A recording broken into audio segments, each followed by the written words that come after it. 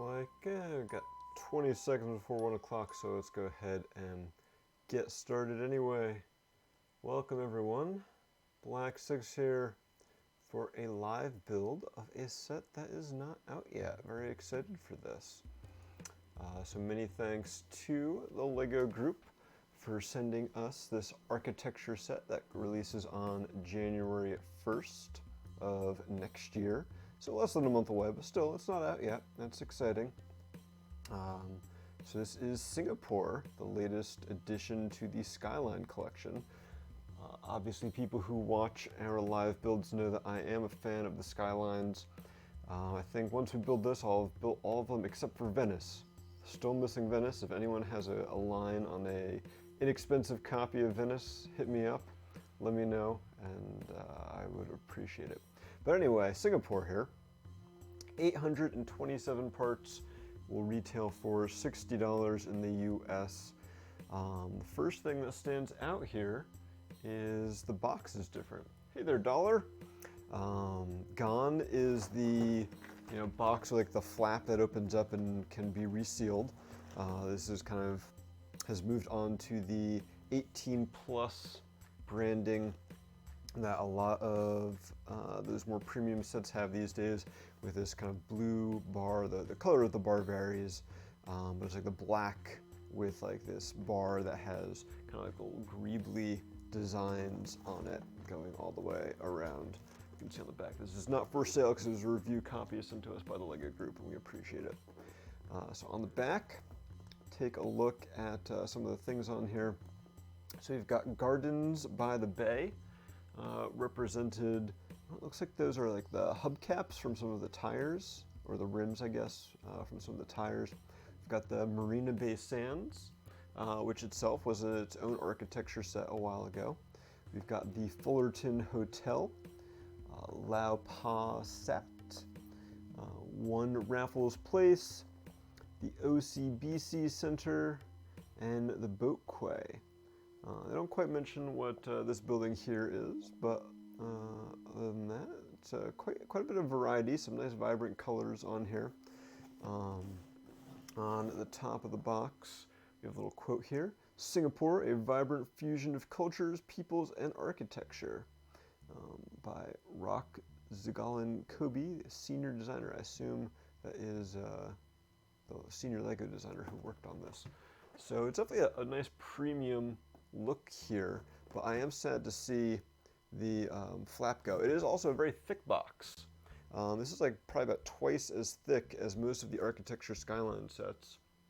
I didn't really do a close look at the piece count to see how that compares, but I can't imagine this is going to be a huge amount bigger than the other Skyline sets, even if it has more pieces. So it is kind of odd to see how large the box is, but it is full. It feels very full.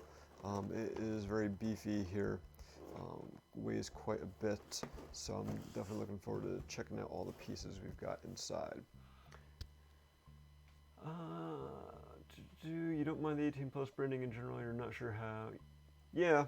I think the new packaging design is definitely a mixed bag. There's definitely been some more negative backlash on some of the sets, especially some of the idea sets, like Sesame Street and Winnie the Pooh got the 18 plus branding, and it's like, no, give those like those old whimsical LEGO ideas packaging, right? Especially for sets like those should be targeted at kids, make them look fun and playful. But it is what it is. I think for the architecture set, it works out all right. And I feel like there could have been a happy medium where they do the branding with the bar along the bottom, but still keep the flap. But neither here nor there. We're just taking a look as it is. So with that, let's open this up. I like to try to see if I can just pop off the back panel of these boxes here. See how solidly glued it is.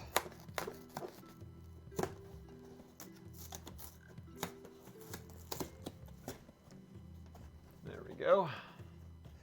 All right. So we've got a bunch of numbered bags. like it goes up to 5. And then we have got our instruction manual. Booklet available in English on, and then I guess the QR code. So English, it looks like German, French, Italian, Spanish, and some Asian language. I don't know if that is Chinese, Korean. It looks like Chinese, based on my limited knowledge. So no stickers that I could find in here, so that's always a nice thing to see. All right, so 5 bags. First one, lots of black for the base and some blue for the water. And then it looks like we're going to just go through the different buildings one by one until we have a finished set. So let's grab some of our sorting trays.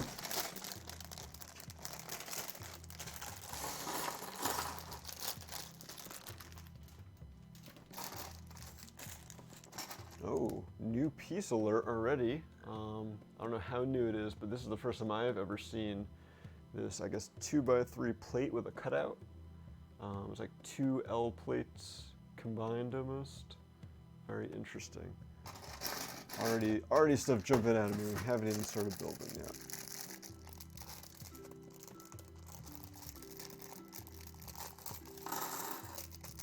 Lots of 1x3 jumpers. Nothing else there immediately catching my eye. And a bunch of tiles and 1x2 jumpers and some other plates in here, but again, nothing looking too crazy. All right.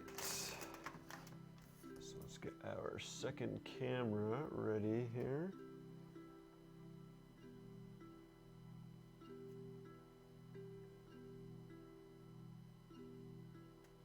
We can probably go ahead and turn off that giveaway link for now.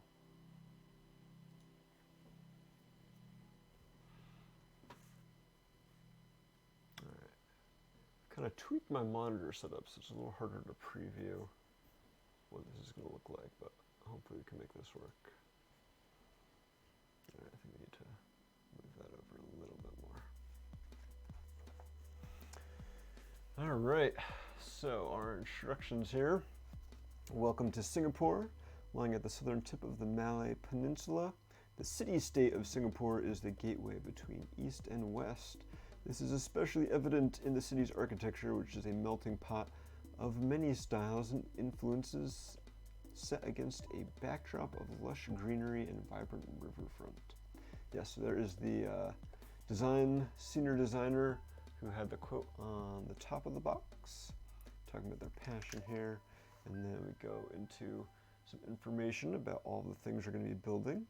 The Marina Bay Sands, OCBC Center, 1 Raffles Place, the Boat Quay, Fullerton Hotel, Lau Pa Sat, Gardens by the Bay, and then how to use a brick separator. All right, so yes, we do have a brick separator in this set. You guys get a nice top-down view of the brick separator mug as we jam it in there.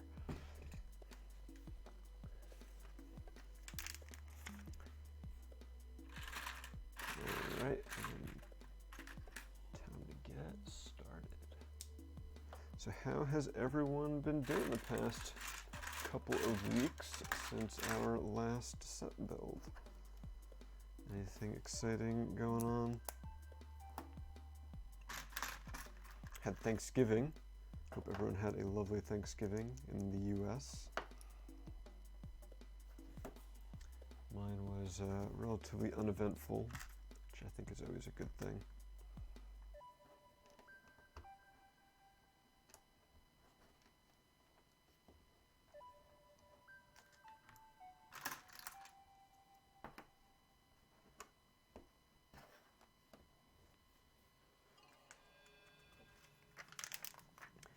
I think mainly just been trying to keep up with all the shows and stuff going on. Realized this weekend that I'd forgotten that Star Trek Prodigy had started airing, and I was like, I'm way behind on that now. So I need to catch up on that.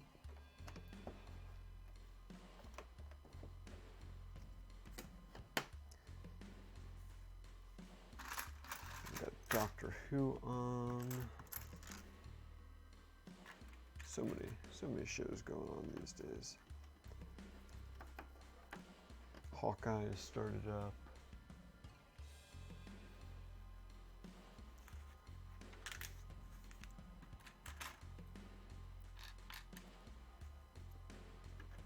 But other than the never-ending stream of media, I'm glad to see your Thanksgiving went well, Dollar. I'd say overall for me things have been alright. Hasn't been too crazy. It's going to be a busy week ahead for me. I've got a few real-life things going on, getting some new furniture and getting some work done on my house, and they both happened to overlap. But that's kind of a good thing because there's an excuse to take some time off from work while that all happened, right as Halo Infinite is coming out. So I guess I'll just have to stay home and play Halo Infinite while I have work done on my house. I'm heartbroken. Alright, got our first printed part. This 1x8 tile. This is Singapore.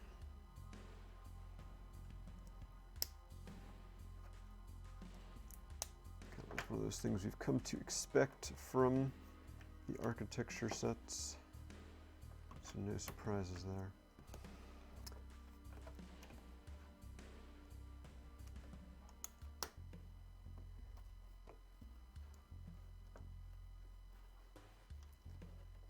Got our nice black tile edge in place along the front.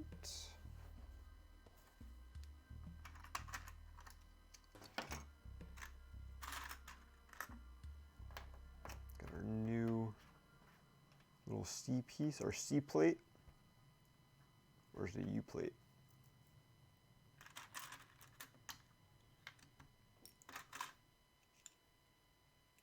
What do people think, C or U? Let us know.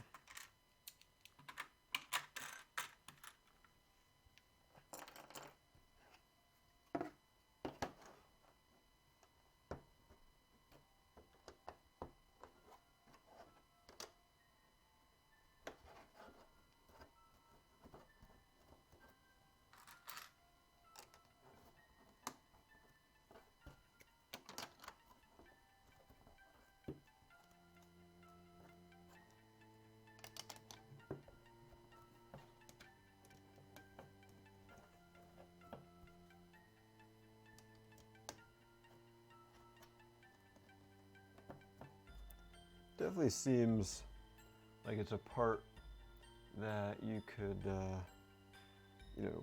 accomplish with other pieces. An L plate and a 1x2 plate, or two 1x2s and 1x1, or 1x3 and two 1x1s.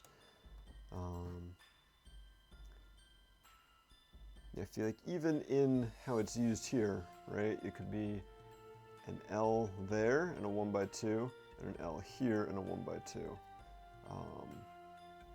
Or even you can make this a 2x4 plate, and then you'd have more wiggle room to change these around. So it doesn't seem like this piece was designed for this set specifically. I'm sure it wasn't. I don't think architecture sets usually get new pieces, new prints for sure, but probably not new pieces.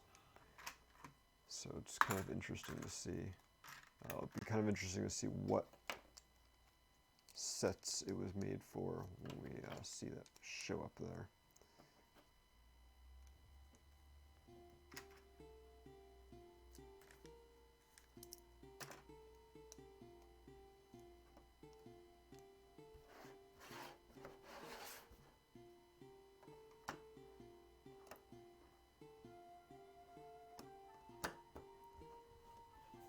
All right, so it is starting to get kind of deep here, deeper than most architecture sets. Possibly the deepest of any of the ones we've built. I know Paris and Tokyo did kind of go back out because of the Eiffel Tower and the similarly shaped building in Tokyo, whose name I forget. But so far it doesn't seem overly large compared to other architecture sets.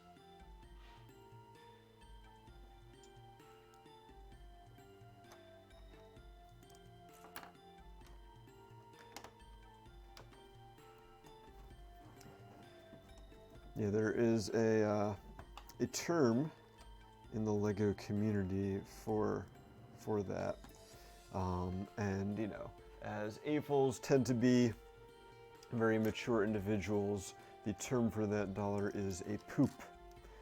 Parts out of parts, or parts out of other parts, something like that.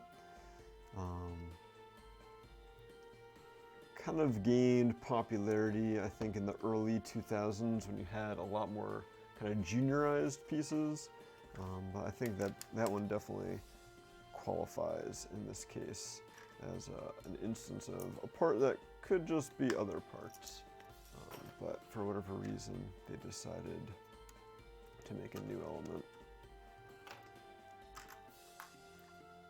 Like, I feel like it would definitely be useful for making things on a smaller scale that can be sturdy.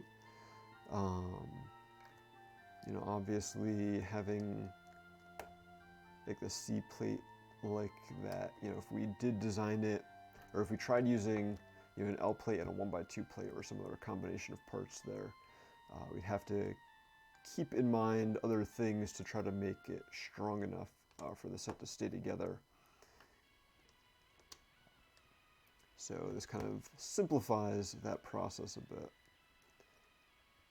by allowing us to, you know, have a more rigid, stronger structure on a smaller scale. So I guess that's kind of the purpose of a lot of parts like that.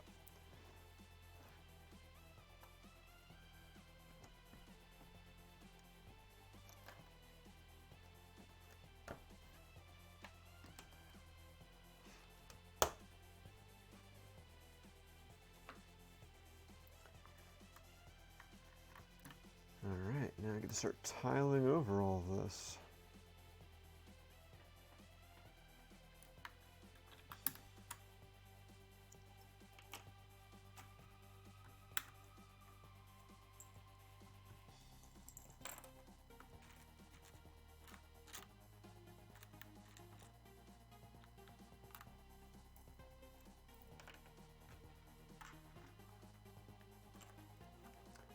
Lots of tiles and jumpers coming up.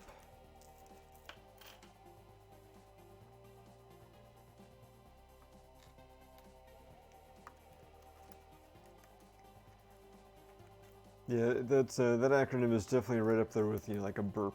Can see the same minds. That thought of burp, thought of poop.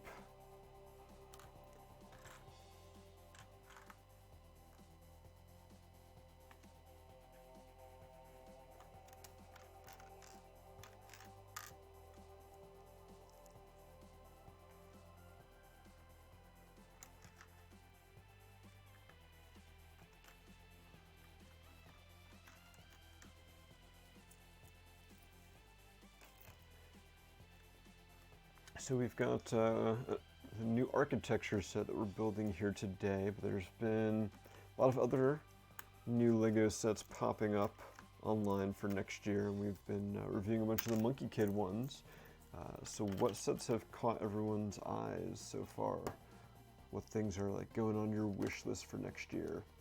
Or what parts are you hoping show up on bricks and pieces or what have you? Honestly, even though we've been posting those Monkey Kid reviews, I haven't actually had a chance to read or watch any of the videos yet. That is on my to-do list for sure. But there definitely look like there's some interesting parts. I was taking a closer look, at least, at some of the pictures of some of the upcoming sets. And like the one on the moon looks really awesome. Get some cool Chinese folklore in there. Seems like it'll be, uh-oh. There shouldn't be two greens next to each other. What did I mess up?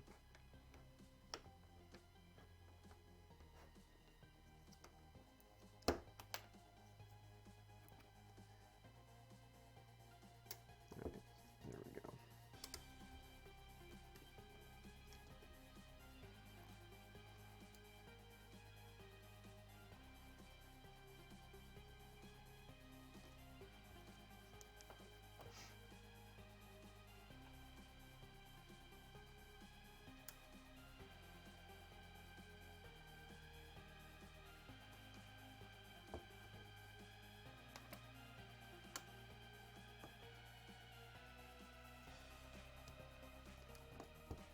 And similarly, some of the Ninjago sets look pretty interesting.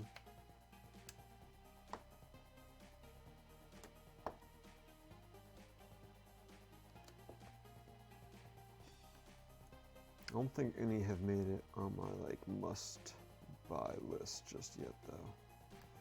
We'll see as the reviews come out and take a closer look at them, if any really catch my eye.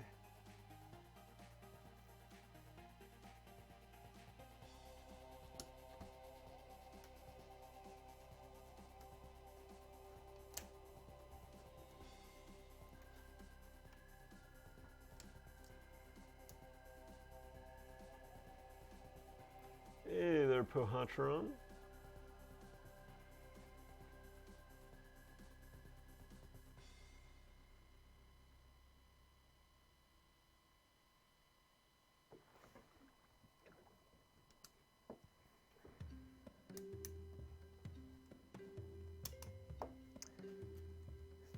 I did see shortly before going live today that Neek and Nick had made an interesting video for the new Ninjago sets. I guess based on the description, it was like an internal pitch video they did for them. I'm sure we will be sharing that on BZPower soon, because it was very funny to watch. But I definitely agree that, yeah, the design with the new limb piece does seem kind of a bit juniorized, but I think, I know Neek has been on social media kind of talking about the decisions there, and, you know, I think it makes sense. I don't expect that to change anytime soon, sadly. Like, clearly Neek has a huge passion for mecha and robots, and wants to do as much as he can within the constraints that LEGO puts on him. So, you know, I think if there's ever any way that they come up with some wiggle room on that, he will be the first to jump at it, and we'll see, you know, more articulation stuff coming in the future, if that ever is a possibility. But like, I feel like we don't have to worry about him just kind of like taking it easy and be like, yeah, whatever, we're good as it is. Like, no, he's gonna be looking for every opportunity to add more articulation, posability, and cool features and stuff in this set. So.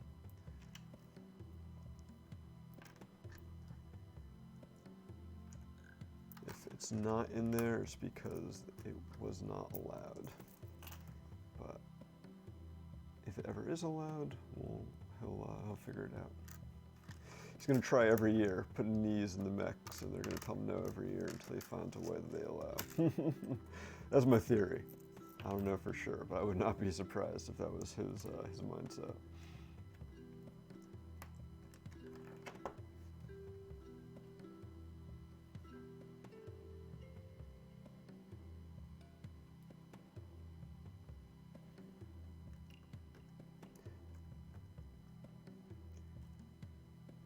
Yeah, it was definitely an interesting and funny video.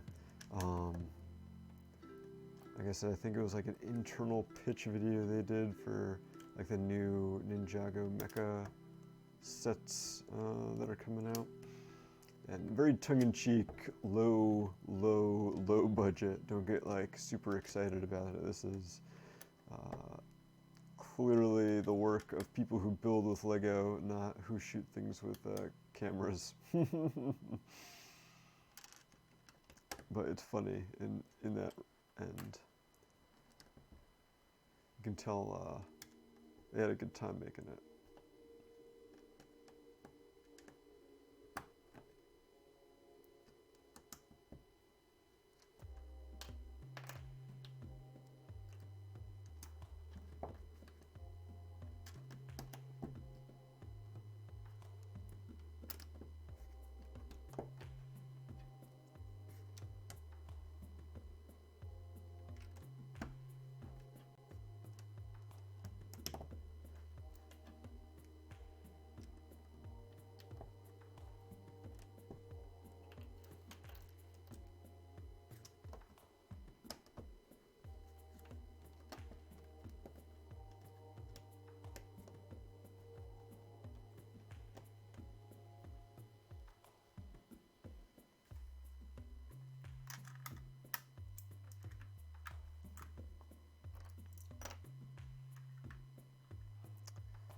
Alright, looks like we've almost made it to the end of the first bag.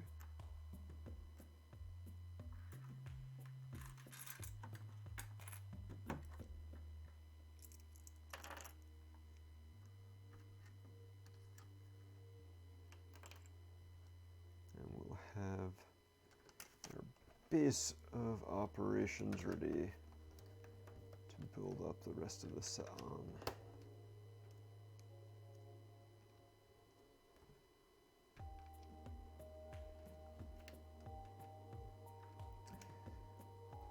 Oh, we were talking about Thanksgiving earlier. Did anyone get any good Lego deals on Black Friday or Cyber Monday or VIP weekend or any of the various opportunities that were out there?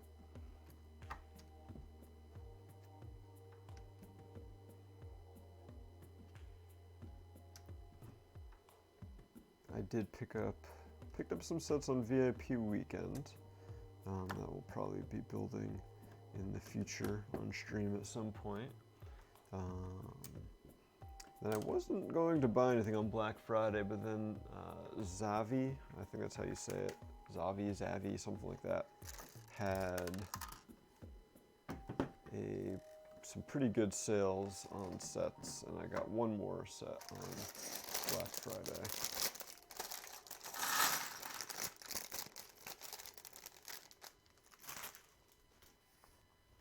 Alright, so bag one, you can see we've got the base here. Lots and lots of jumpers and random studs here and there. As far as interesting attachment points, we've got these Technic pins, we've got these 1x1 plates with bars, and then we've got the espresso handle piece. Right, everyone knows that good part. Kind of in there at a 45-degree angle.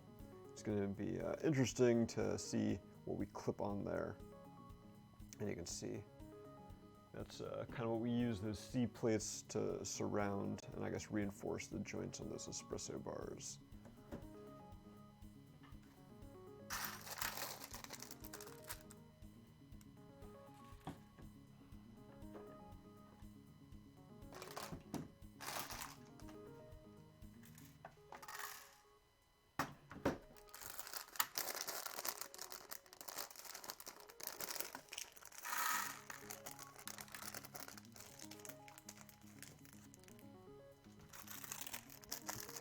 Alright, so lots of printed parts in this bag. Ooh, and I think I see at least one, well, a couple maybe new parts or newer.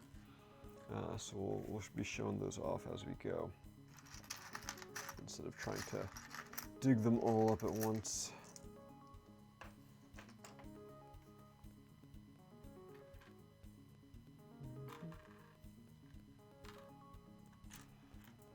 Alright, so our first print, we've got this 1x2 brick, all these little gray lines on it for windows in this building. I'm not sure if it is a new printer. I feel like it's been in some of the other architecture sets before. For some of the other cities.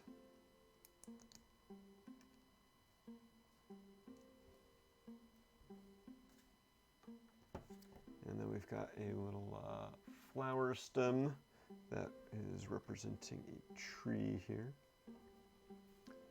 I'm gonna have to adjust our camera angle a little bit so you kind of get a better idea of the parts as they go in.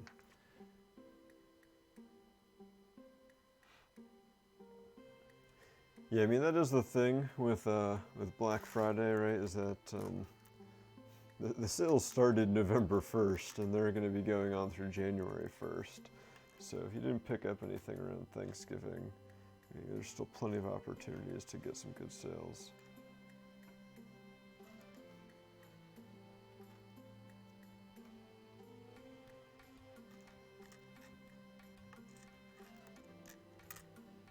Oh, there's a note on the last page. The various shades of color used for the water and foliage represent the tropical nature of the city. So you can see kind of the different little shades of blue peeking in there.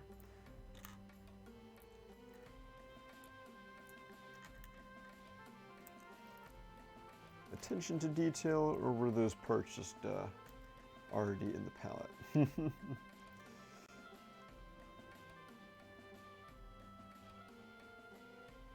Alright, so our next printed part, this one I know is not new. I know it's been in other architecture sets, a 1x1 plate with a little black bar on the side. I think it's been in other sets too, like some of the brickheads. I want to say it probably first appeared in like Minecraft. I know Minecraft was where we first had side of plate printing, so this may be where that originated from. So not a new print, but nice to see some variety there.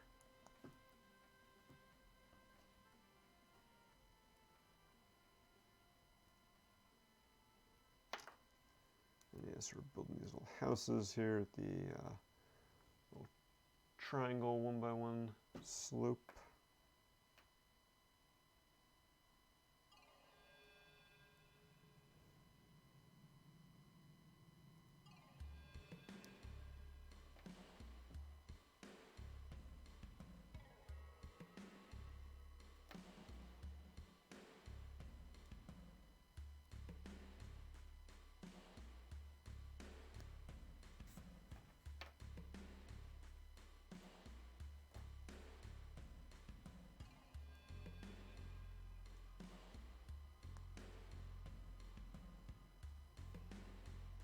Alright.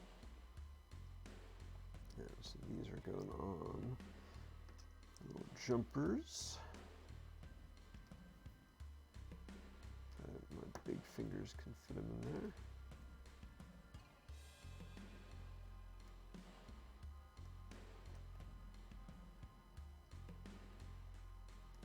Kind of get some different heights and styles going in, give it some nice texture.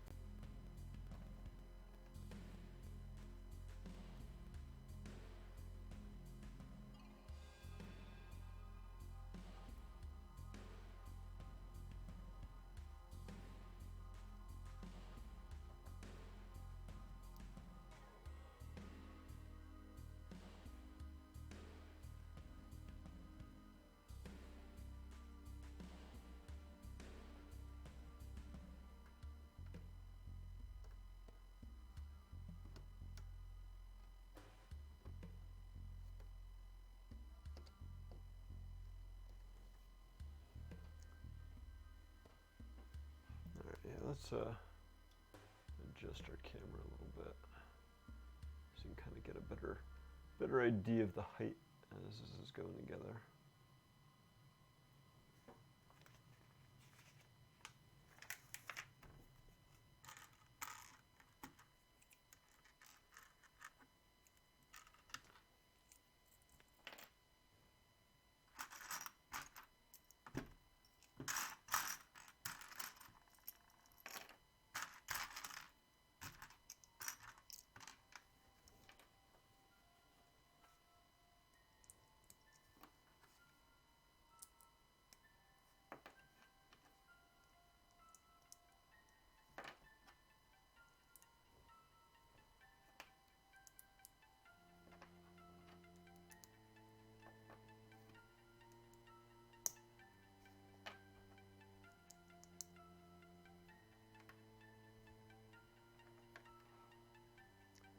So this is kind of interesting here. We've got these 4 1x1 plates, and we're going to be attaching those to the tube on the bottom of these 2x2 wedge plates. So they're kind of acting as jumpers, but they're kind of doing it on, I guess they're only doing it on one axis, really. Or is it 2? Yeah, I guess it kind of makes it it jumps it on both the X and the Y axis there. So that's kind of a neat technique there.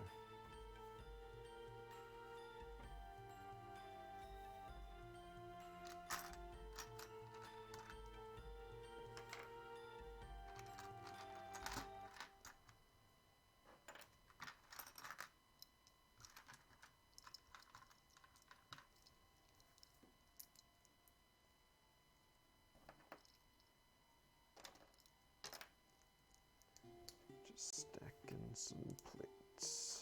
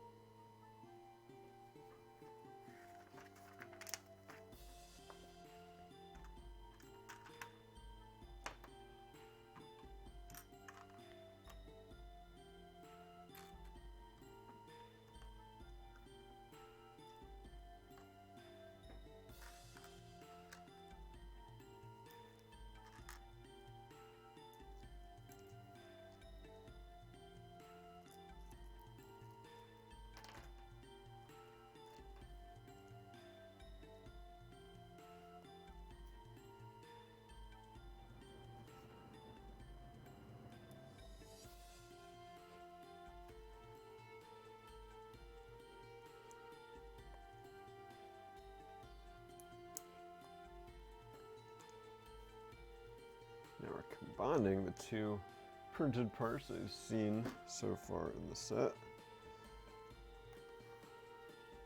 Although there's definitely at least one more type of printed part in this bag. On a 2x3 tile, it looks like.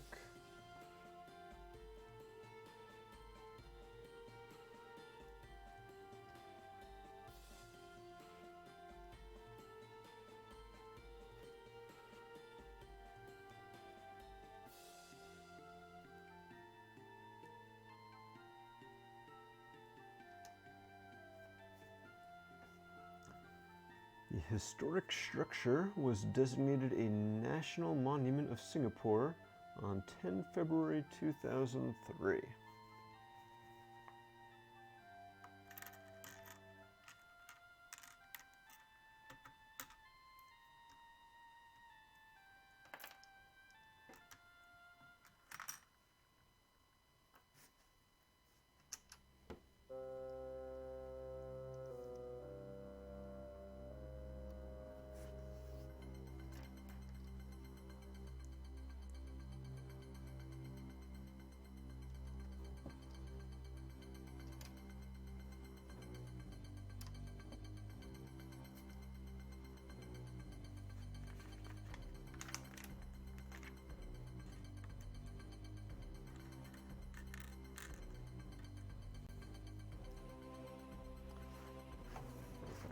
Working on the back a little bit here.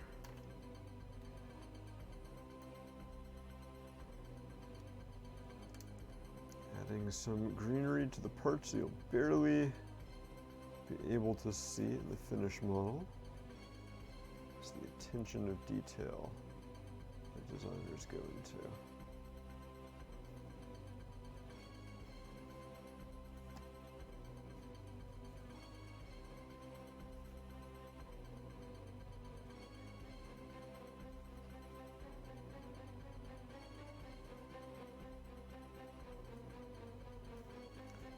Alright, now it's time to build, looks like the skyscraper that's going to attach to our little espresso bars.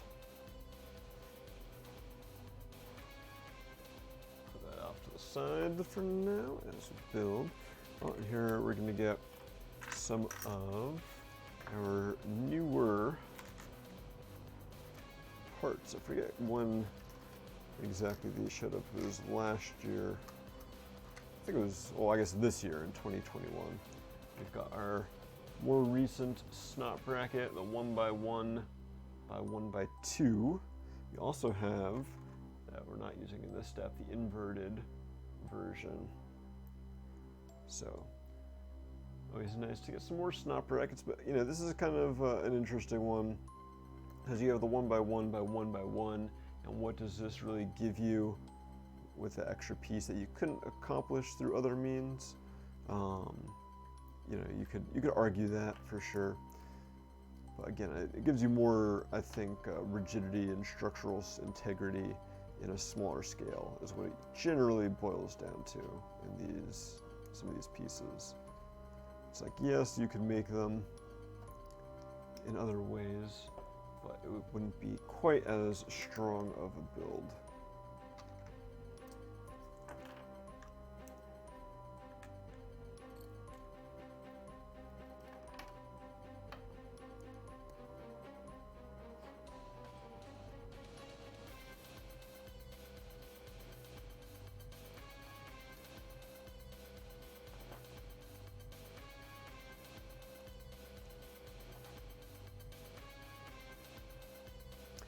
Alright, so lots of snot coming in here.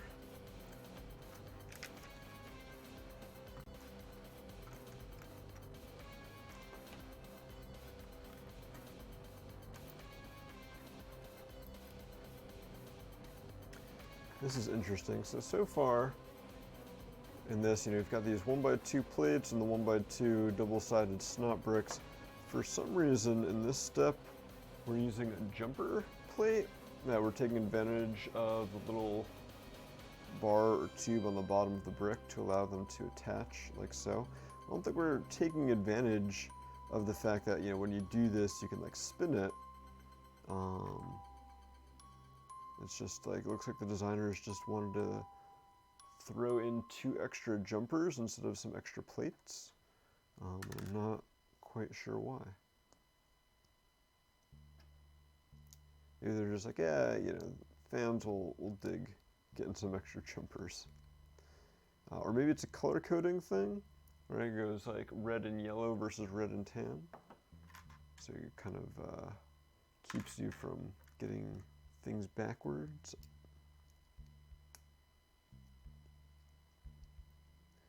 If there's one thing I've learned over the years, it's that the designers do everything for a reason, even if I can't fathom what it is.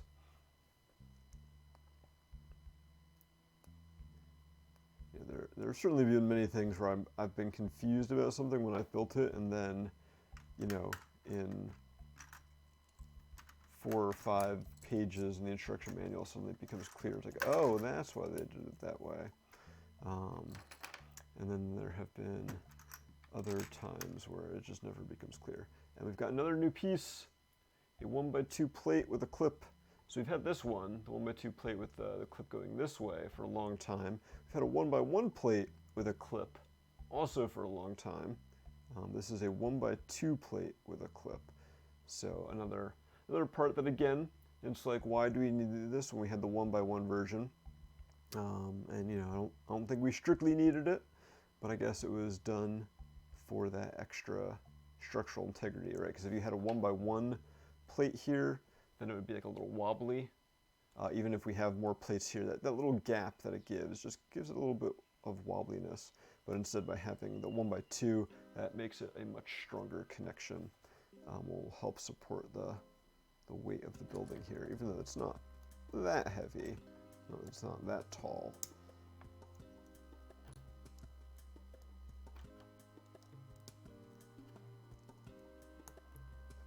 Man, a lot more new parts than I was expecting in this set for sure.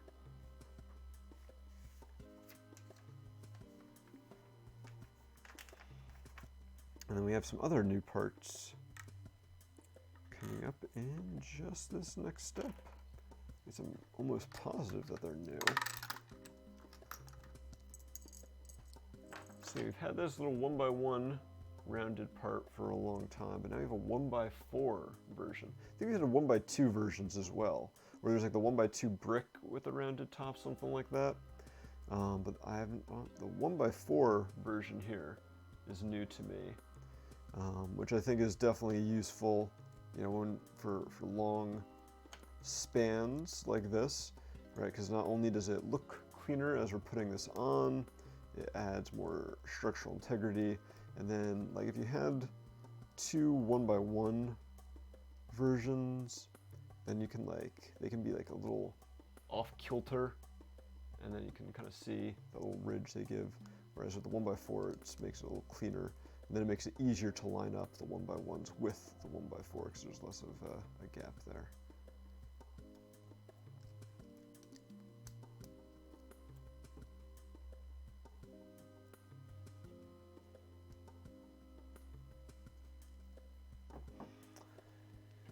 The Lego version of the OCBC Center is a good example of sideways Lego building. We call that snot building Lego. All right, and our next printed part, we've got 12 of these 2x3 tiles with all these little gray squares on them for the windows. All right, let's see how these are supposed to line up. So yeah, it looks like we're taking advantage of the tubes in the bottom of these tiles to attach them. Because you could, yeah, otherwise it would be off center like that. So by using the tubes, we keep them in center. It doesn't result in this little gap, but I think the gap is intentional. And maybe that is why we had the those tan jumpers in here. So you can see the red and the white and the yellow is covered, but I think that tan would just be showing like right there along the edge. If that had been yellow, you would see that poking out. So maybe that's why.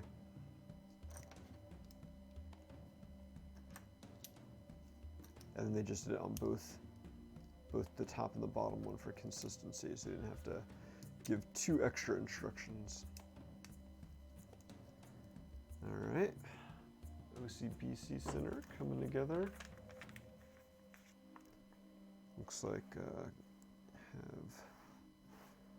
want us to put it in place and then finish up the top. All right, and so that's going to clip on to our little espresso pieces here. Keep this locked in at a 45-degree angle. It's a little wobbly. Let's bring the camera up. There we go. It's a little wobbly, but I mean that's kind of par for the course with an architecture set. It is pretty sturdy. I can pick this whole thing up by just that piece, so it's not like it's gonna fall off or anything like that. The OCBC Center is nicknamed the Calculator due to its flat shape and windows which look like button pads. I can see that. Needs to have like a little stock ticker along the top or something though to make it look like the readout. Alright, and I think that is it for bag 2. So we will do bag 3, and once we're done with bag 3, we'll do our first giveaway for today.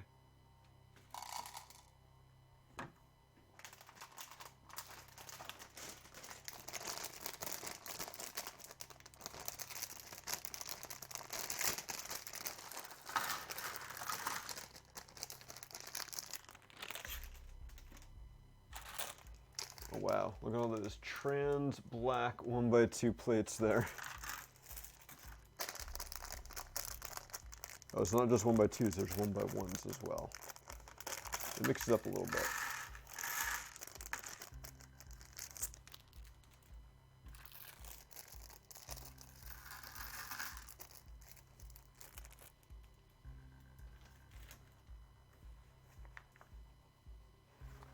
All right. As we build our skyscraper, we'll put that off to the side.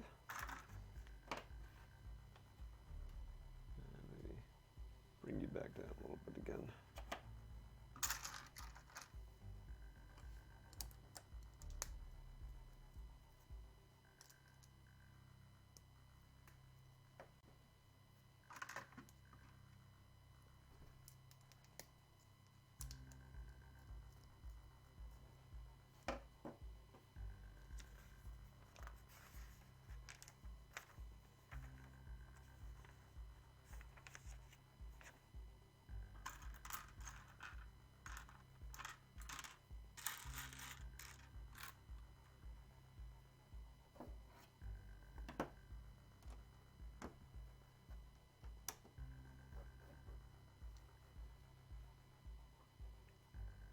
Definitely think they have selected a good city for this skyline set, because this architecture is quite interesting and varied.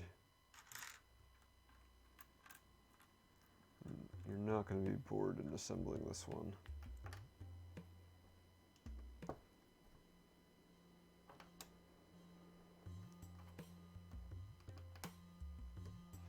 At least not yet. Right, I've not gotten bored yet. Well, we'll see what happens when we get to the Marina Bay Sands.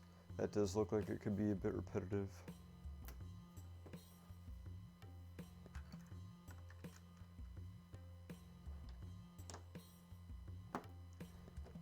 Alright, so we've got our 1x1 bricks with clips that are going to, attach onto our little gold 1x1 plates with bars.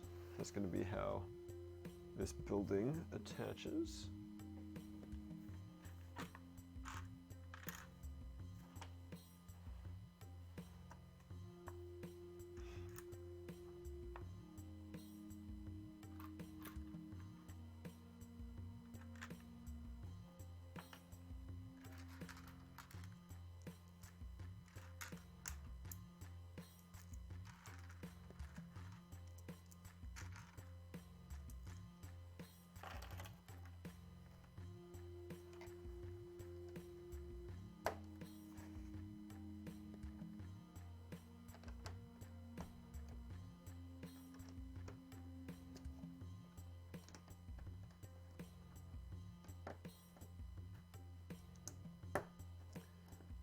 So the trans black has begun.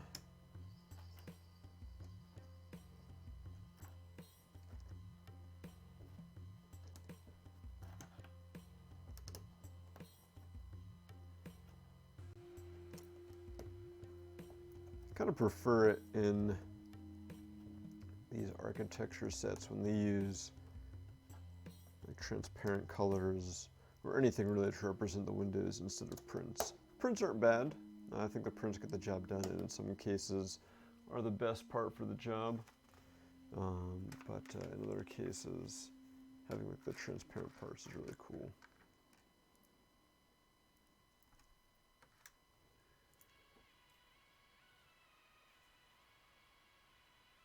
A Chantilly, Virginia skyline set complete with the Dulles Expo Center and Walmart. Yeah, that would be a very short set compared to some others. Although I guess there's some tall buildings in that area, right? There's all like those like aerospace contractors, like Grumman and stuff are along the highway there as you go get closer to the Dulles airport. But yes, you definitely need to have the Dulles Expo Center and Walmart. And the Holiday Inn, right? You need to have the triangle. It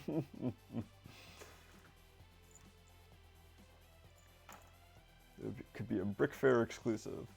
Oh, there we go. We need to convince Todd that he needs to make a skyline set and sell it at Brick Fair, an unofficial Lego building set. Wouldn't be the first time, right? That conventions can definitely have like sell building kits and stuff. So it'd be interesting designing something like that. Because yeah, I think we have to wait a long time before Lego makes one.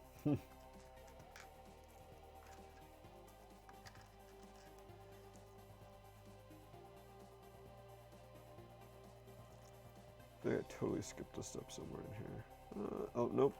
I just needed 9 1x2 plates and 12 1x1 plates in 2 consecutive steps. Alright, so I kind of conflated them. Alright, so don't need those parts until the next step.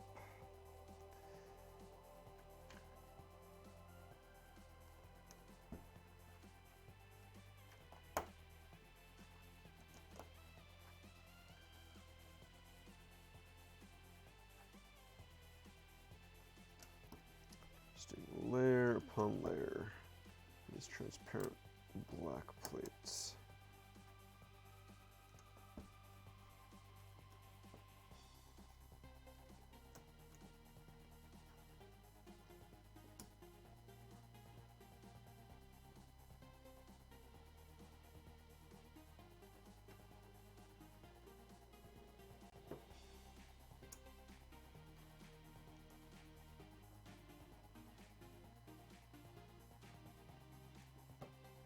It's really a fun idea.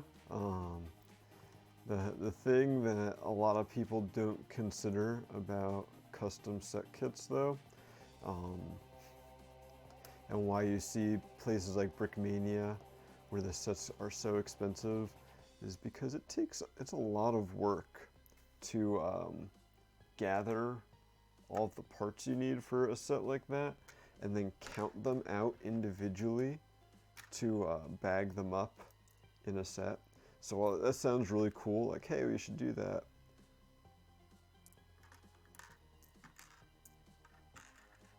Sorry, I was counting. While it's really cool to say, hey, oh, we should make our own Skyline set for Brick Fair. That'd be really cool. Yeah, then someone has to count out all those parts. Like, I know they do the Great Ball Contraption Workshop at Brick Fair, and I know Brick World does it as well. And that's like 1 or 2 people who, you figure out what parts you need for one kit, and then you can buy them in bulk. And LEGO even has a program similar to Lug Bulk for lugs, where convention owners can, buy parts in bulk for things like kits. But someone still has to count them all out.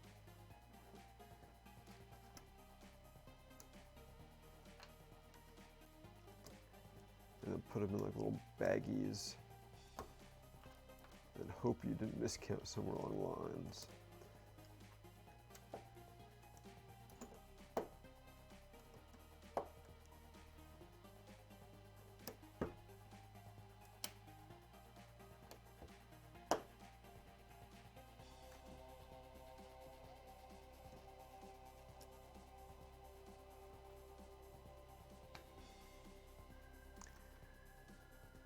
Yeah, I'm friends with Stuart, who's been doing the GBC workshop for Brick Fair, and he loves the idea of it, and he loves trying to bring more people into the Great Ball Contraption, layouts. But I know he dreads having to put all those kits together every year. All right, that is 3 layers of transparent black plates. Essentially 1 brick high. And it's kind of funny because I guess they could have done like a 1x2 transparent black brick or something, or 1x1 even, but it wouldn't have had those seams, and the seams kind of represent like the window panes, I guess, in the Skyscraper. So it was very intentional, again, that LEGO did that as opposed to using a brick instead. Well, it made it more work for us. It was being more accurate to the source material.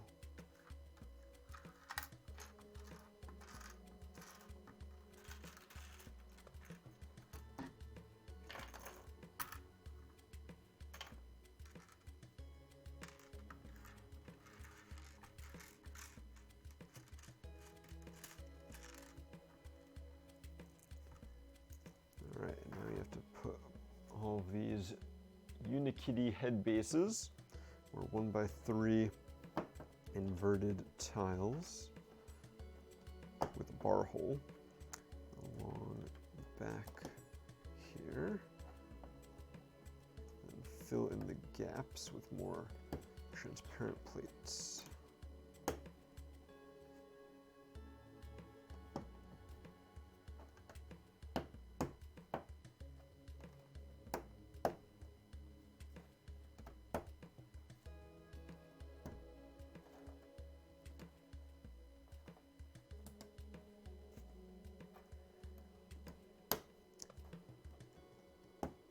$1. Now you've got me thinking about that, right? Because like, yeah, you could do like the, you know, even not a Skyline set, just do like an architecture style Dulles Expo Center set, and then like an architecture style of like all the other convention venues, you know, the Portland Convention Center, Birmingham, and Alabama.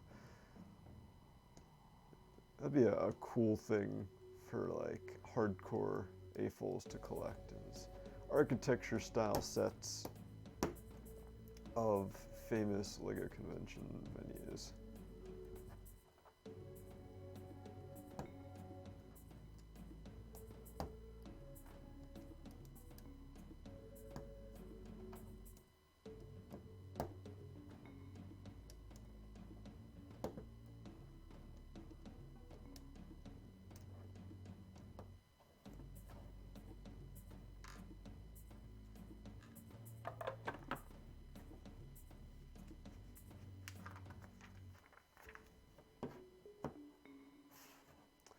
All right, just about done here. So let's go ahead, put up our giveaway link. So you've had a few people enter already.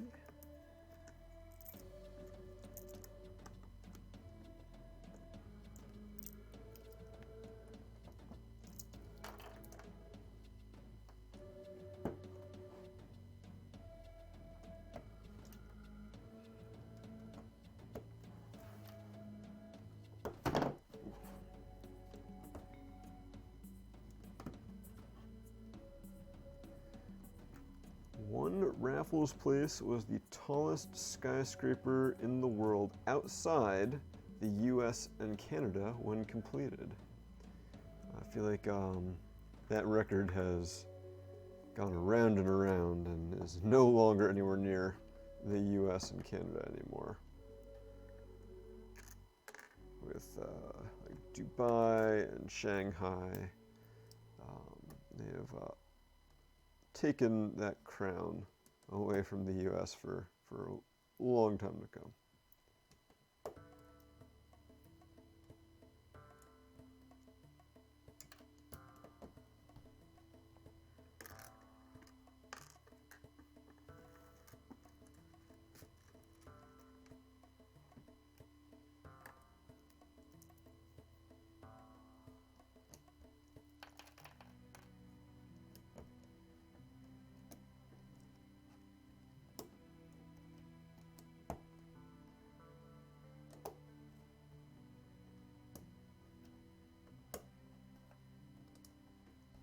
Alright, but our miniature one raffle place is done.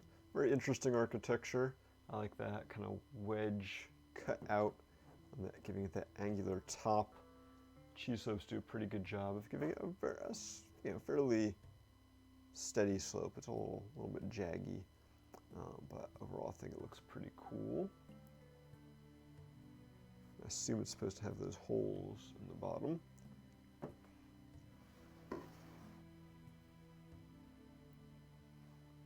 Alright, let's pop it into place.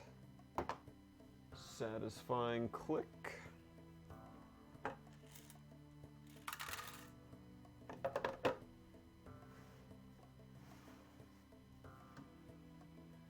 And yeah, this set's getting tall already, guys. But again, yeah, even though it's only held in by those two clips, pretty sturdy. Can pick it up by that building. It wobbles a little bit, but you know, it's a skyscraper. Skyscrapers are supposed to wobble. That's how they survive earthquakes. All right, so we're going to go ahead and open up bag 4, which looks like it is going to be the start of the Marina Bay Sands. And then we'll do our first giveaway drawing. Lots of transparent blue.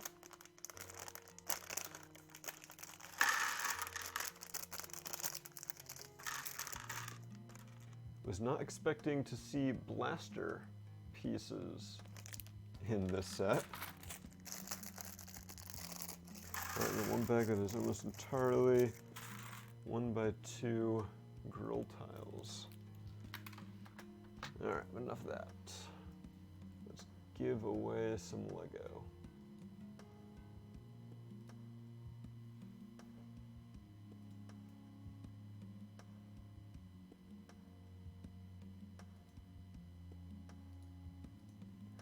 All right, our first winner for today is going to be Balam nom nom nom nom nom, who won a Captain Phasma buildable figure.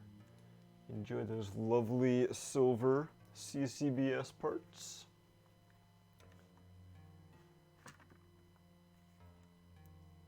Alright, so as we start on the Marina Bay Sands, take a close look here. It's going to be interesting to see how these connect, because we've got these two Technic pins here, and then we've got these two 1x1 round plates and tiles on these jumpers that I think are going to somehow hold like it from sliding back and forth or something. I'm not sure if it's connected. Yeah, I think it's connected with hinge plates. So the three sections of the hotel, which you can see over here, are all going to be connected to one another. And it's only, it looks like, going to be attached by these two Technic pins, and then these guys are just going to keep the rest of it from wobbling out of place. So it's going to be really interesting to see how that comes together. Let's build it.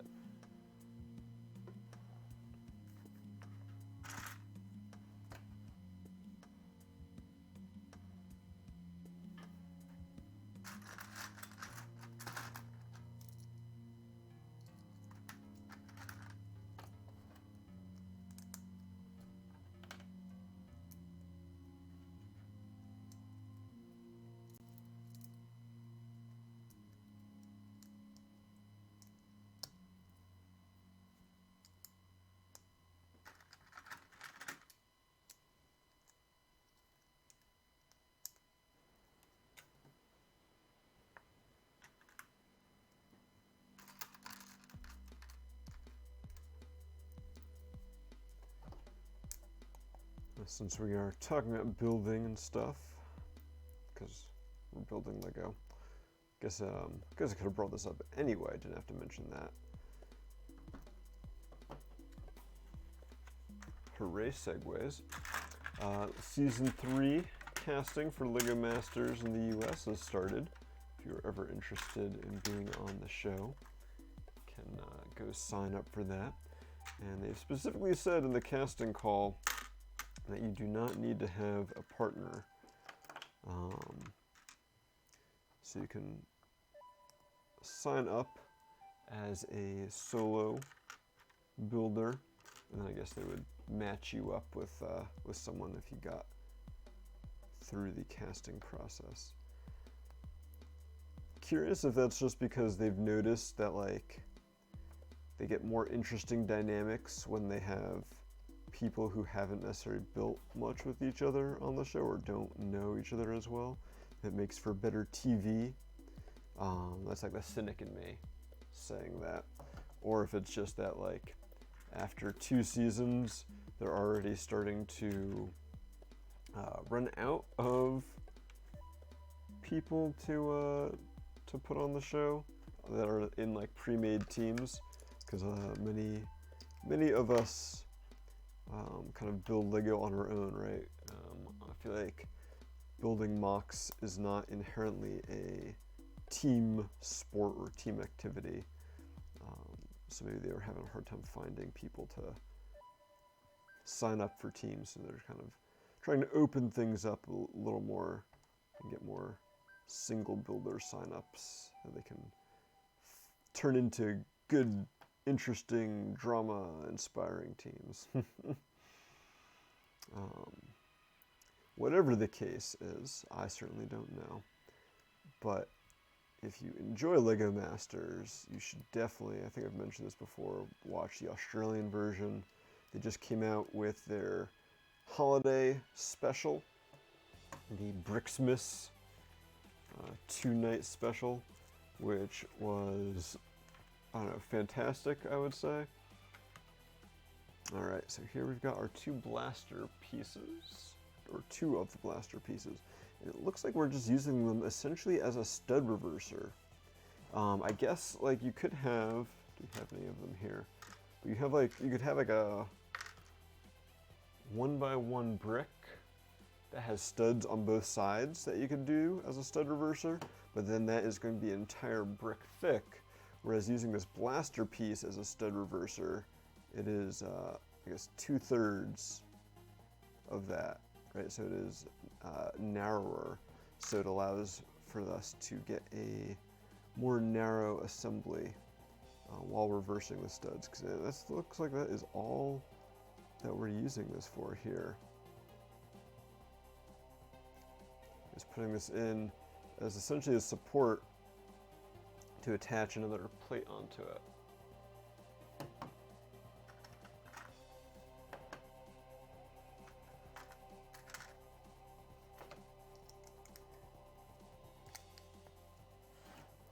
But yes, LEGO Masters Australia, definitely recommend it.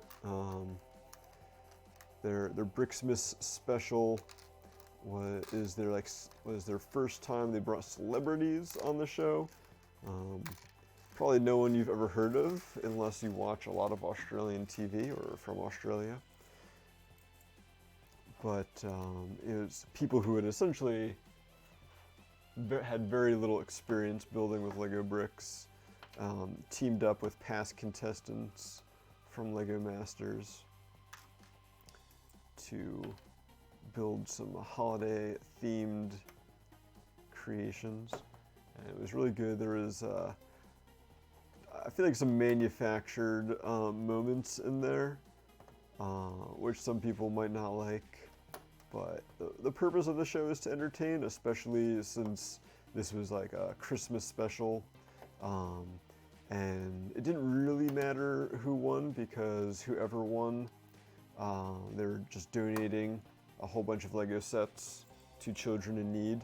That was going to happen regardless of which team won, so it's not like it was a very strong competition. Like, you know, yes, obviously you want to win for the bragging rights and for the pride of it, but yeah, this was for the kids, and well, some people might not like the manufactured antics. At least I assume they were manufactured, because if they weren't manufactured, then it would be even crazier. I'm like, the cynic in me again. It's reality TV, right? As legit as I know the building aspect of it is, you know that they edit and produce for entertainment value, right? If you watch season 2 of the U.S. LEGO Masters, you know, the twin or the brother rivalry that they kind of added in there. You know, they played that up more in front of the camera, for the camera, rather than there actually being any sort of serious rivalry. All right, so now we've built this, and we're going to attach these, and again, these blaster pieces are just kind of stud reversers, giving some additional integrity in the middle there, while only being, I guess, a plate thick, 2 plates thick. So very handy. All right, now we get to attach this to the base.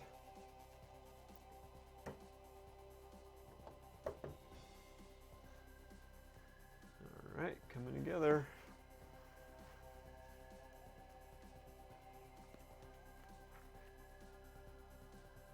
All right, see you later, Dollar. Thanks for joining us.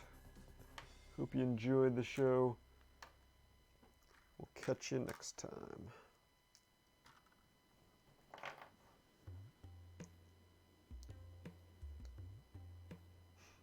It looks like I'm going to keep building on our plate now, so I'll have to keep this handy.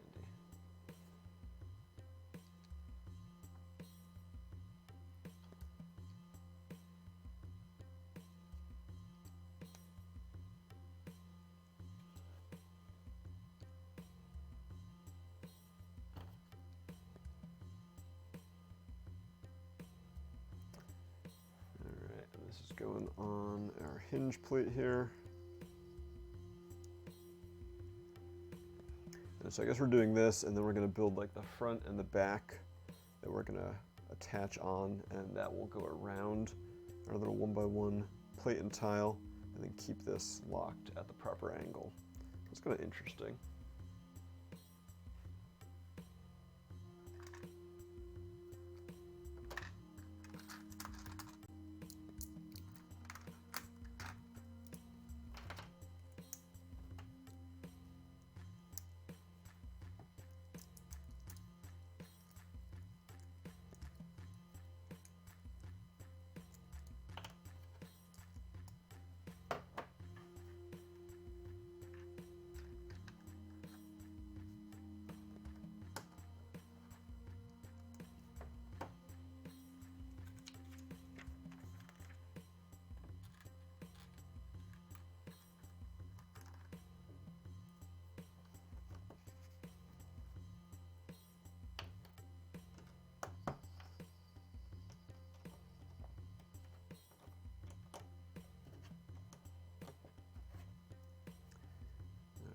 Got some more blaster stud reversers going on. Guess it doesn't really matter how you orient them as long as they don't go past the plate here. That's the main key.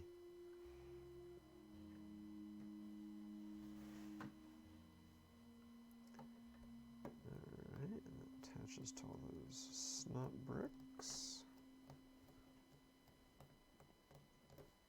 And yeah, you can see now that this can't move past that little 1x1, or the two little 1x1s. And once you put the back on, then it won't be able to move forward anymore either.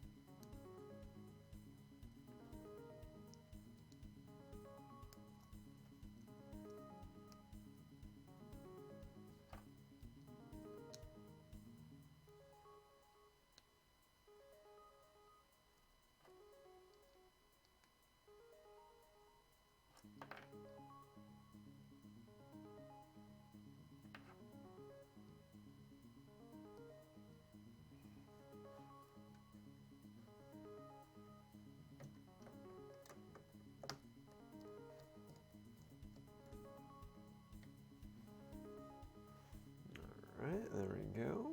Now we just gotta build the back here.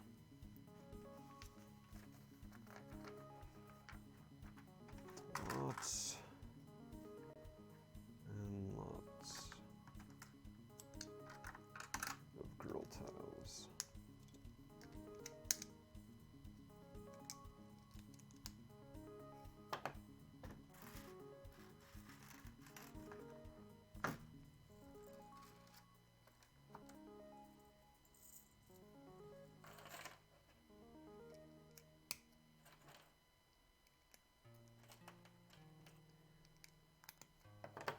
Comes to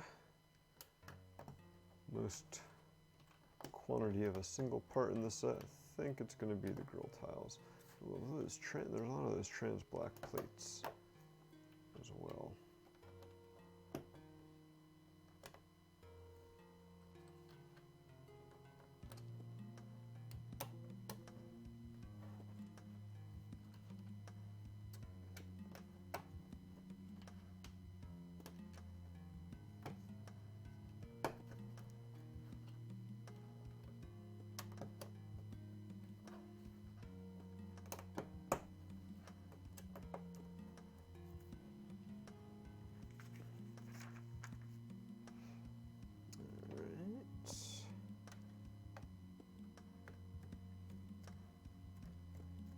Go, and like I predicted, it is pretty much locked in place now. A little bit of wiggle room, but not enough that you're really gonna be worried about it.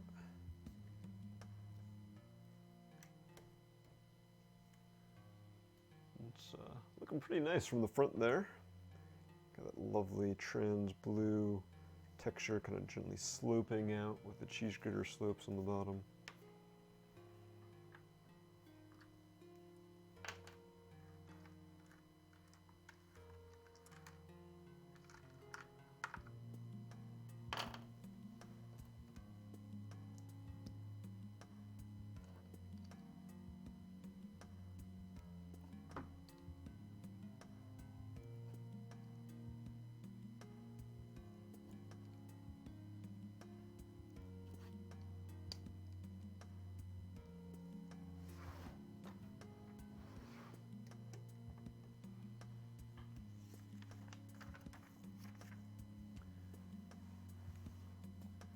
Looks like we're going to make at least the front of the last section of the hotel before we finish up this bag.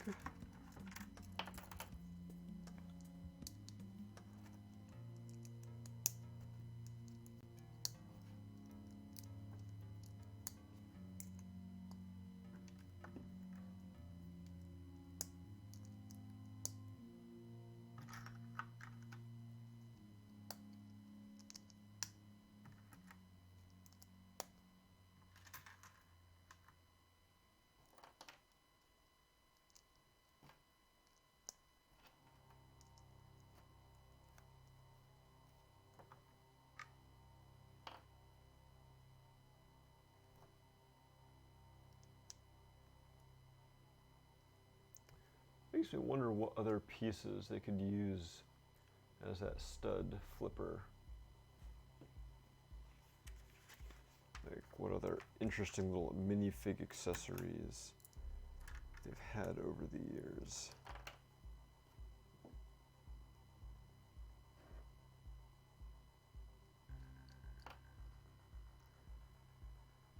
Like I know the One Ring from Lord of the Rings is kind of good for reversing studs the other way. I'm not sure about that way. Alright. Attach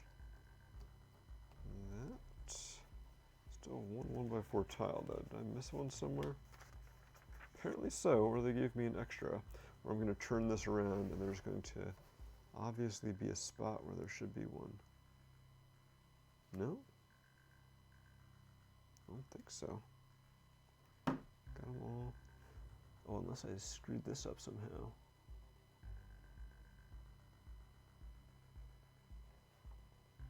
Right, that does not look right.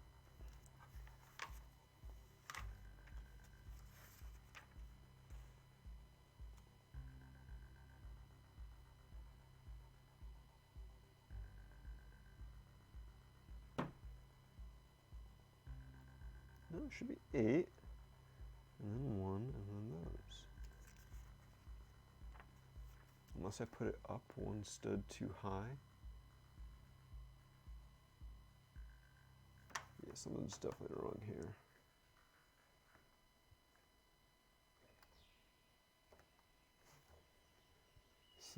You have to disconnect the whole thing.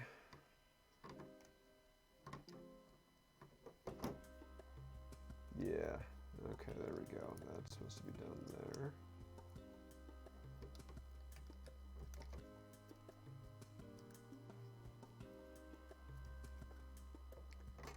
Alright, now I gotta line all this up again.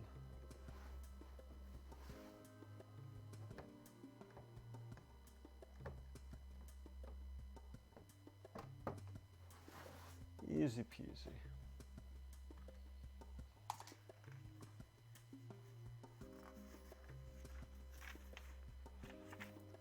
Okay, on to the final bag.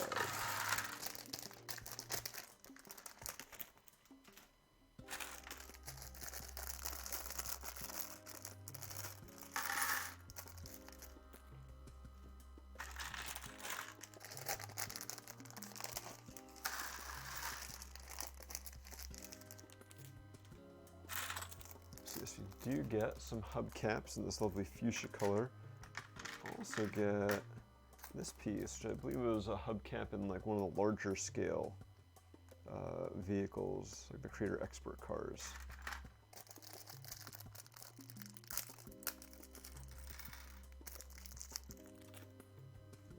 So I'm sure both of those are new and exclusive in that color. Oh, because I need to keep this over here. So we're going to be building to finish up the hotel.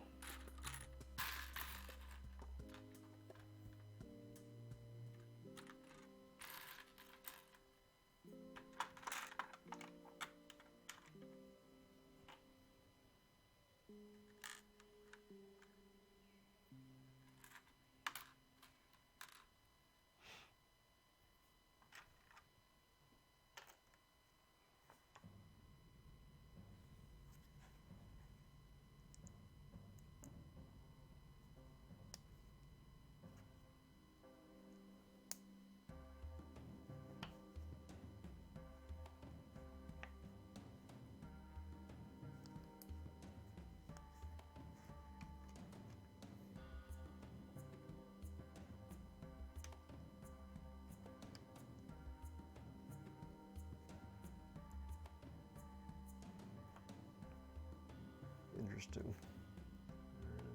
Touched here. Looks like this is kind of supposed to be like a walkway or a staircase or something coming out to the side. Maybe it's an overhang for cars to drive through and get into the hotel. I mean, if the entrance is here, I'd hate to be like in one of the rooms on this side.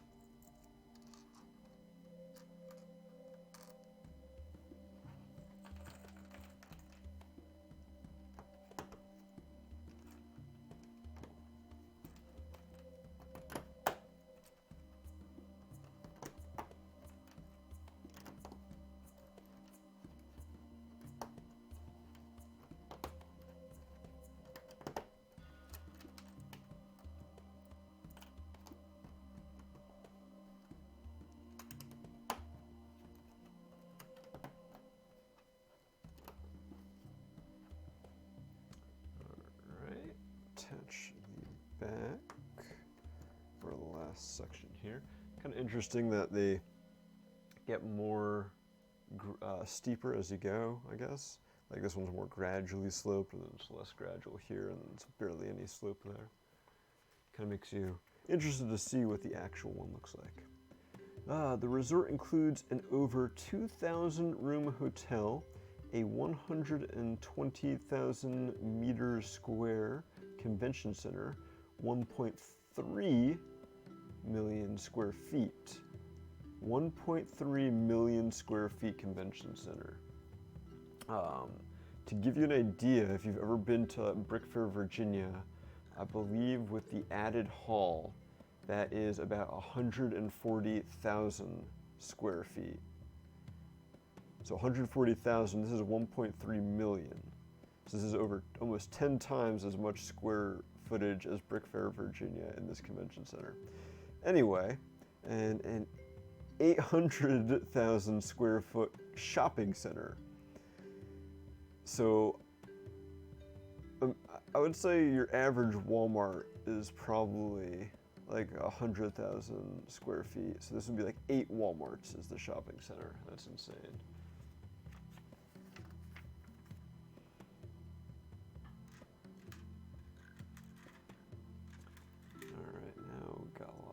Trans light blue parts that we need.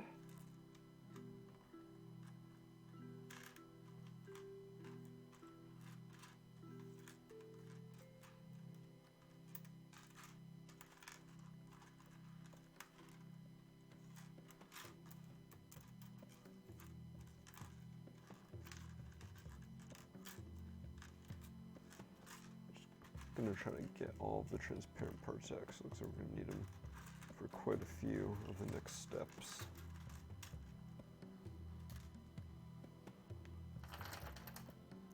So pretty.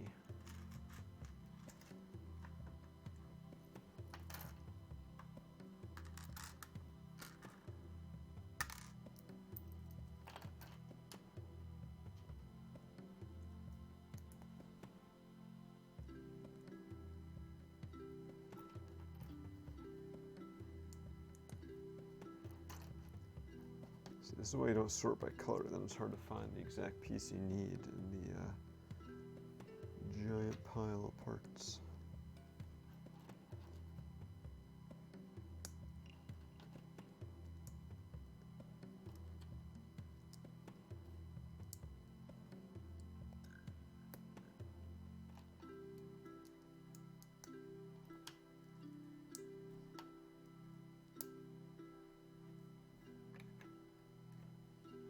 Some nice little glass atriums on the back here that I'm putting in.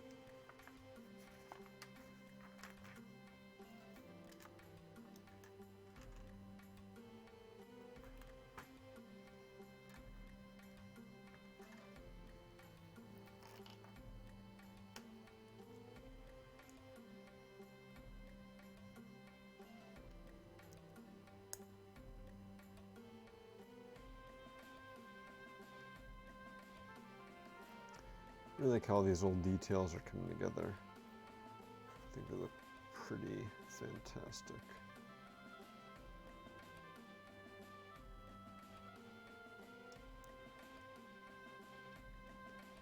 They are pain to attach some of.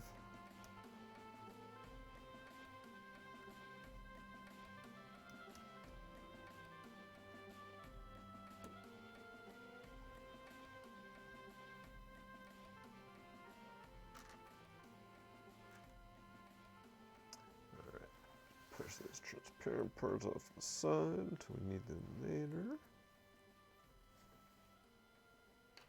Add some foliage.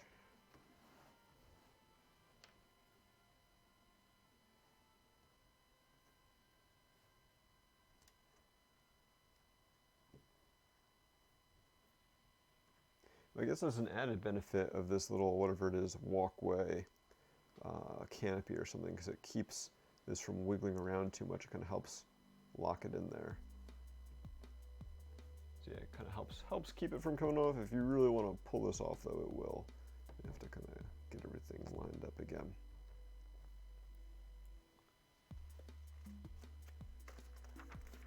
All right, now you get to build the top of the hotel. So move that over. Give us some extra space when we build here.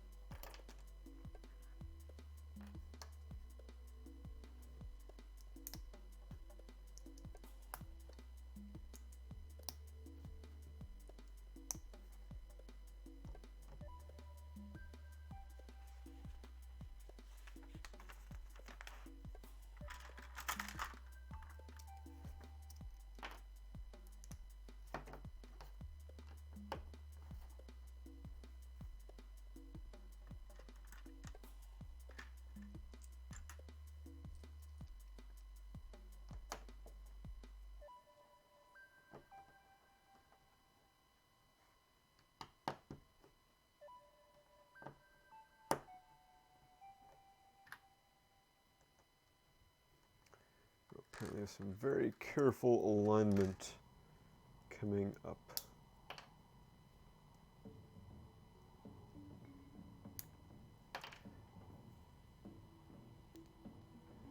Enough so that in the instructions they give us a one-to-one diagram so we don't mess it up. Let's watch me mess it up. It seems straightforward enough.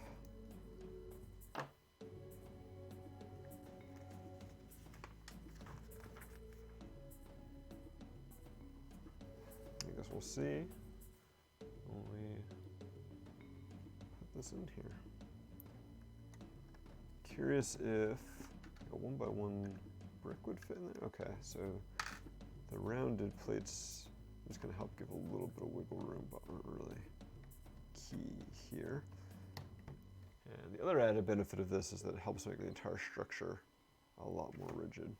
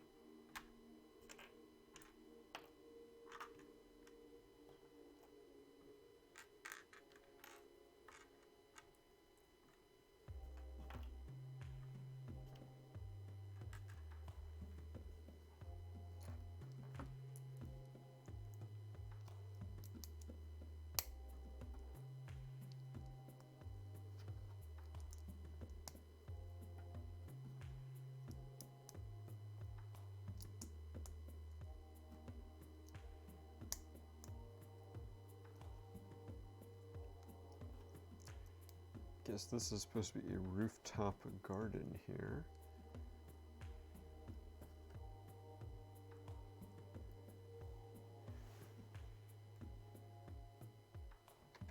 All right, let's see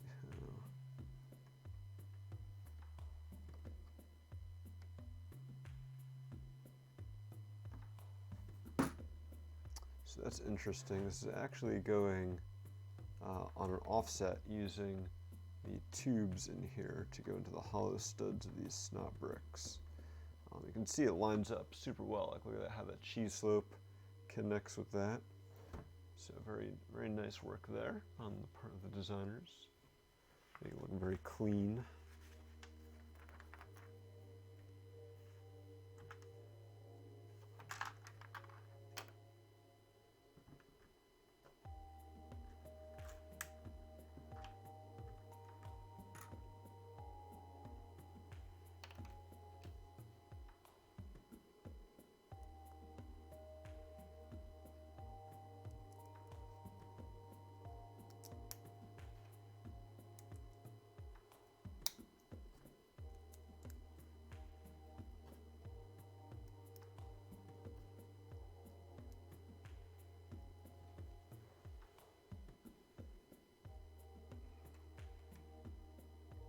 And yeah, this one does the same thing, attaching on the tubes.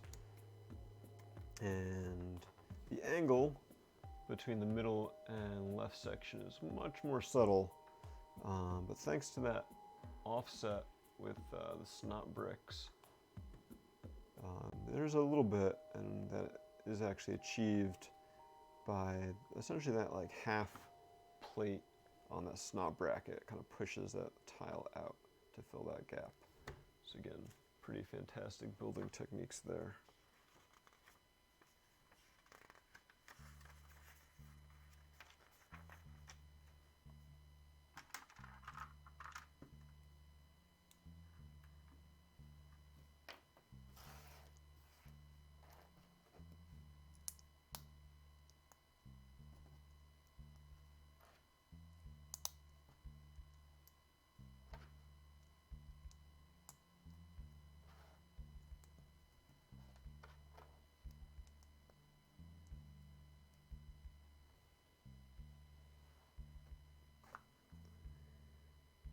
Alright, how does this? I guess there's only one way to line up. That one can't go off stud.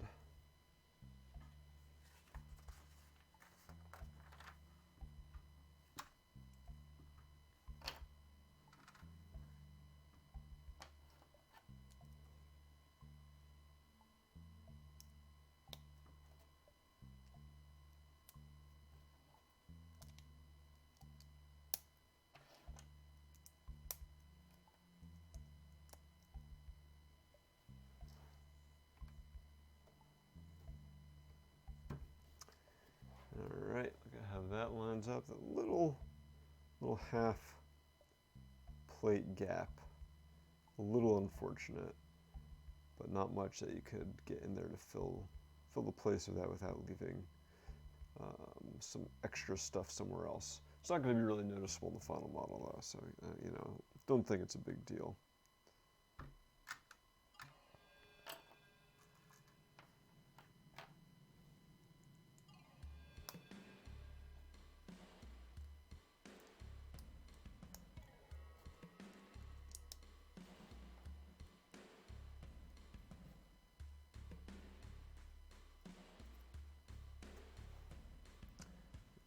Fix that.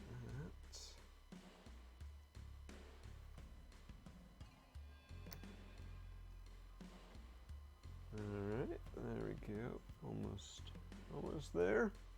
The cantilevered platform, is this guy right here, overhangs the north tower by 220 feet.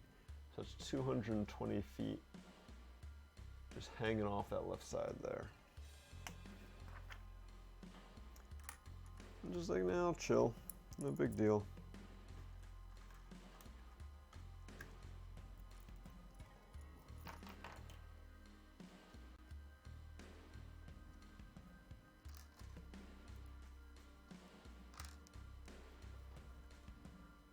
Alright, even more. I thought that was the Rooftop Gardens. No, the whole thing is apparently a giant garden. Only if I can stop dropping and rolling the 1x1 round plates over. There that one go.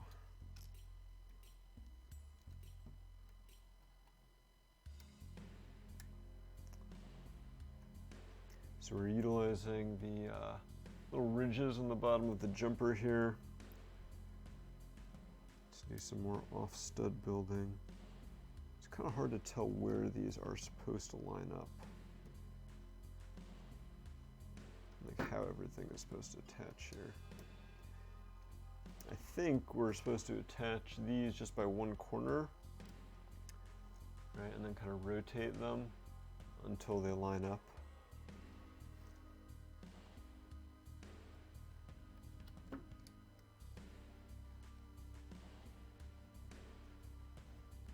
So I'm gonna see if I can adjust that alignment there.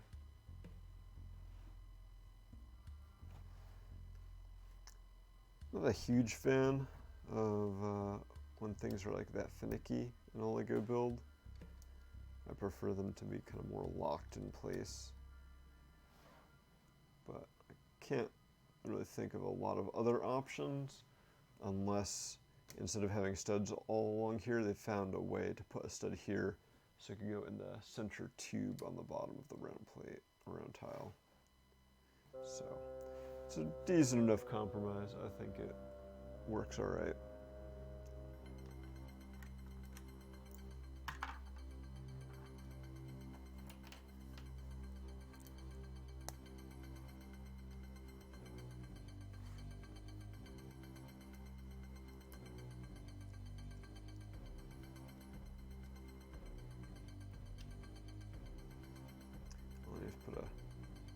tile on top of the tile.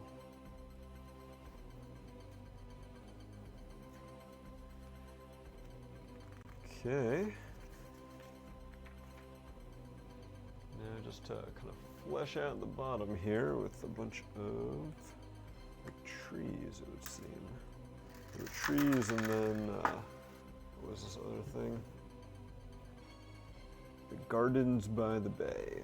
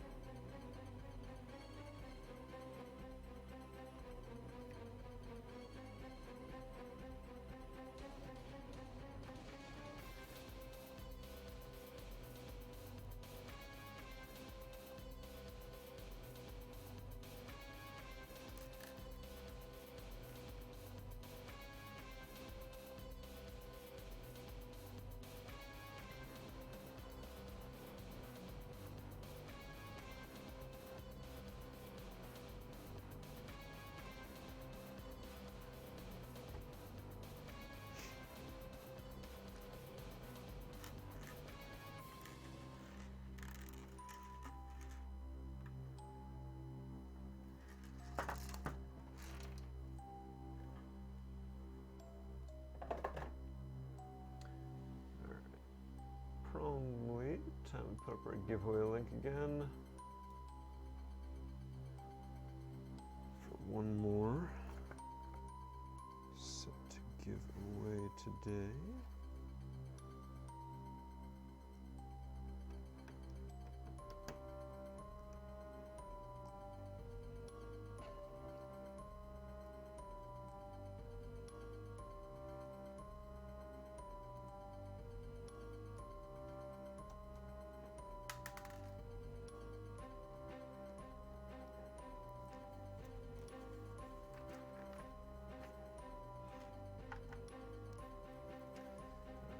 Time for our last splash of color. The Lego Super Trees are topped with recolored Lego hubcaps. Make sure I pick the right hubcap designs.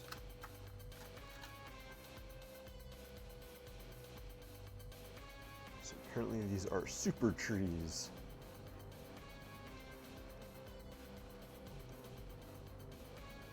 I don't know if that means they are genetically engineered trees. I assume they're more sculptures that may have a living component to them. Alright, so let's take a look at our inventory. We have 72 1x2 grill tiles. Let's see how that compares to the transparent black pieces. Only 30 of the 1x2 trans black plates and 45 of the 1x1 trans black plates. So 72 of those grill tiles. If you're looking for a lot of grill tiles, this is the set for you. But I think we can turn off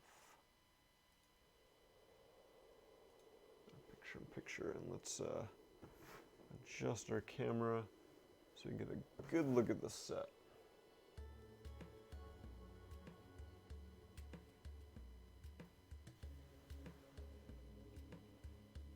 Alright, so there it is, Singapore in Lego Skylines form. It was pretty good build. Not super repetitive. I would say the only parts that got a little tedious were stacking all of the transparent black plates on the inside of the, was the raffle? One raffle place or something? Yes, one raffles place. The Marina Bay Sands, yeah, each section looks kind of similar from the outside, but there was quite a bit of different things going on in the construction that set it apart. And yeah, the outside here is just these 1x4 transparent blue tiles, so that didn't really get too repetitive. The back with those 72 grill tiles I mentioned, that did get a little repetitive, but I mean it's easy enough to just kind of go down the line with those and get those on there. So that didn't get too frustrating or anything or annoying. So overall, definitely a nice set. I really like it. Think it ticks a lot of boxes, right? It's got some nice different levels, some nice verticality to it. Had some really interesting building techniques. You know, even things like this where it's mainly basic snot, but you know, then you put it in there at an angle, kind of sets it apart. Has some nice colors to it, right? There is a lot of white, but then you have the trans blue, transparent black, you have the fuchsia, the green, the blue along here, the nougat, tan. So quite a bit of different colors, adds some nice contrast to it. Really makes it pop compared to some of the other skylines. You know, looking at you like Chicago and New York too a little bit. You know, having all those colors definitely made this an obvious pick for a skyline set, right? Like, there's so many cities in the world that LEGO could make into a skyline set, and I think this one was probably a really good candidate and a really good choice for them to do. Some really interesting techniques. Even the little buildings down here, right? Like this, this thing. What was that? That was the Lao Pa Sat. Is done kind of off stud on both axes, making it like kind of almost double jumpered to achieve its spacing relative to the rest of the thing. So even that was like an interesting technique. No stickers as you would expect in a LEGO architecture set, and a few printed elements, right? Obviously we've got the tile there, but then we've got the 1x2 bricks, the 1x1 plates, and the 2x3 tiles were all printed. I think the printing was pretty good. It definitely got the job done. Saw some people complaining about the 1x1 plates, the printing on the side and their alignment. I mean, is it like 100% perfect? Probably not, but I think it is good enough. And the only spot where you really can see it would be right here. And these are like these little like kind of bungalows along the water, and I wouldn't expect the alignment of that to be perfect. You know, I'd be surprised that they're still standing after all the different tropical storms and stuff that have been going on lately. So yeah, definitely good there from the back view. Kind of show that off a little bit, but we'll really get into it. I'm looking at the camera and it looks, all right, so I think this is just kind of leaning forward a little bit. It looked in the camera like it was bent, but I don't think so. I think it was just the lens. Not too exciting from the back. The Unikitty 1x3 inverted tiles do look a little odd with all the holes in them, but it is a nice smooth back, which I don't think they could have really achieved any other way. The only other thing would have been to have some sort of interesting sandwich technique and have the studs facing out on the back as well. I don't think it would be worth it for the back of the piece. You know, the back of the Marina Bay Sands looks pretty nice. You know, we talked a little bit about the grill tiles, but I really do like the transparent bits down here for the little atriums. I think that comes out really nice as well. All right, I think that's probably about it. There were some new elements in here that were kind of cool. If we pop this off, how difficult is that going to be? So we've got this 1x4 rounded brick that I think is new. And then we've got this 1x2 plate with a clip, which is a relatively new addition. And there are some newer snot brackets in this as well. Nothing worth taking it all apart to see. And then probably the most interesting new piece are these C plates that you get 2 of in the base. And they're kind of used to reinforce the connections. You can actually see, looking at it here, that was only attached by like half the bar. So it definitely is good that the connection is reinforced to keep it from falling off. It does make me wonder if I can like tweak that a little bit and see if that lined it up. Yeah, still like only attached by just like a little itty bitty bit, so it's good to have that extra reinforcement there. So yeah, some nice new parts. You know, so pretty good value, right? $60 for 827 parts. There are a lot of small elements, 1x1 and 1x2s and little slopes and stuff. So you know, if you think about the like the weight, the mass of the parts you get, you know, is maybe not as much. But I think for an Architecture Skyline set, fits in with the series nicely, and it'll probably be a standout among them when I put it on display with my others. Just the nice vibrant colors and the contrast that it has compared to some of the other sets. So yeah, if you're into these Skyline sets, I don't think you can go wrong with Singapore when it becomes available on January 1st in just a few weeks. You can make sure to put that in your shopping cart or on your wish list for future purchase. Maybe wait until there's like double VIP points or something like that, a nice promotion before you buy it. Or I don't think it's a must-have necessarily. Like most of the Skyline sets, they do tend to last for a couple of years at least. And then you have ones like New York and London that have been around for many years. So if you don't buy it right away and want to wait for like a deal or a promotion, I don't blame you. The sets are expensive, but I think it's a good display value and a nice addition to anyone's architecture collection. All right, so we've got one more giveaway to do. So let's close things off for today and pick our final winner. Makuta LaRocca, Charles, congratulations. You have won a 75528 Ray set. So that was the second version of her with her Last Jedi appearance. So congratulations, LaRocca. We'll be getting in touch, verifying your address, and getting you that prize. So thanks everyone for watching. Hope you enjoyed our look at a 2022 set that's not quite out yet. As I mentioned before, keep your eyes peeled on our various locations on the internet for other set reviews we're doing. We've been posting some Monkey Kid sets on YouTube, on our front page, and on Instagram, so make sure you check those out, see what you think. And we've got some other sets coming up, some Ninjago, and even a couple of creator sets. So keep your eyes peeled for those.